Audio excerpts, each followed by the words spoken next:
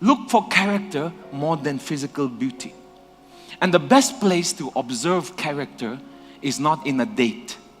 Do you know when you're in a dating, you're always putting your best on the plate. In Nagaland, many people go this, I had a dream, Pastor, that I'm married to that brother. I had a dream that I'm married to that sister. Well, wonderful. You know what that means? It's not marriage. 6, the presence of willingness. Genesis 24 verse 8. Abraham said to the servant, if the woman is unwilling to come back, then you are released from this oath of mine.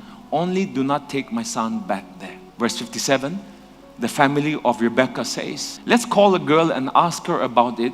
So they called Rebekah and asked her, will you go with this man? Now notice, they did not say, go with this man. Because this man came with 10 camels of jewelry, 10 camels of clothes, 10 camels of goods. Abraham was a very rich man. Despite all the wealth, they asked the daughter, do you want to go with this man? Do you want to marry Isaac? And you know what she said? I will go. What does this mean? It means this. There must be present willingness on both sides. Willingness. Both must be willing. Which means there need to be some kind of mutual attraction on both sides. Don't just marry for money. Don't just marry for job. Don't just marry for family pressure. There need to be some mutual attraction, because when you are married for 10 years, 20 years, 30 years, 40 years, it's not the money or the job that keeps that marriage. It's your willingness to love one another. And in that willingness, there need to be some mutual attraction. That means you must find her pleasing. Her mannerism, her way of dressing, her personality, and him likewise. It's more than just the physical and more than just the gifts that they have. There was an evangelist that really wanted to have a big ministry, and he thought, for me to get a big ministry, I need a very beautiful singer who will come and sing before I preach. Because Billy Graham's crusades, always somebody comes and sings, and then Billy Graham comes and preaches. So he thought, hey, I need a beautiful woman who can sing, have a great voice. But he could not find anyone who had that quality, beauty and voice. So ultimately, he had to settle only for a voice.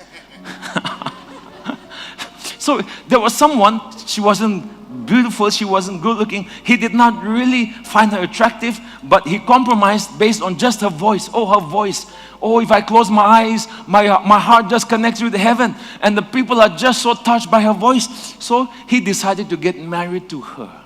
But he realized his mistake on the wedding day. So the next morning, he was like, what did I do? Turned to see her on the wedding bed. It's like, yeah. So you know what he said? Honey, can you sing? Because the only way I can stay with you is if you sing. So now the wife has to sing every day. So there must be some mutual attraction. Now, when I say this, understand this. In Nagaland, we over-spiritualize. Because we're always this, Pastor, I really want to do God's will. So, I'm waiting for the right one. So, you go too much on dreams and visions and prophecies. Okay? If God gives you a dream that you are married with someone, that does not mean he or she is your future spouse. In fact, in the majority of dreams, if you are seeing a dream where you're marrying someone, it does not mean marriage. Because in dreams, 99% of the dreams are symbolic. So, in Nagaland, many people go this, I had a dream, Pastor, that I'm married to that brother. I had a dream that I'm married to that sister. Well, wonderful. You know what that means? It's not marriage. So you better pray and ask the Lord what it means. Don't go to the other person and say, hey, sapna de tuige paishe. You have to get married to me. So don't put pressure based on dreams. All right? Don't put pressure based on prophecies. Prophecies that could come from people that you have received. People say things, it's God's will for you to be married to that woman, and if you don't, God will curse you. People have come and told me, after having marriage problems, the reason I got married is because prophecy de paishe. I did not want to displease God, so we got married. Now we're fighting every day. The prophecy will not preserve your marriage. It's the faith and the love with which God will develop in your hearts. Amen? So do not be manipulated by prophecy. In fact, prophecy should not go into the area of marriage. Marriage is between two persons who say, I will. The prophet is not going to be staying with her and tolerating all that she has or him, right? So even if you get a prophecy, it's your choice and your will. And let me tell you this, God will never force you to do something against your will and your desire. But But do not be manipulated by words that come from prayer warriors and so-called prophets.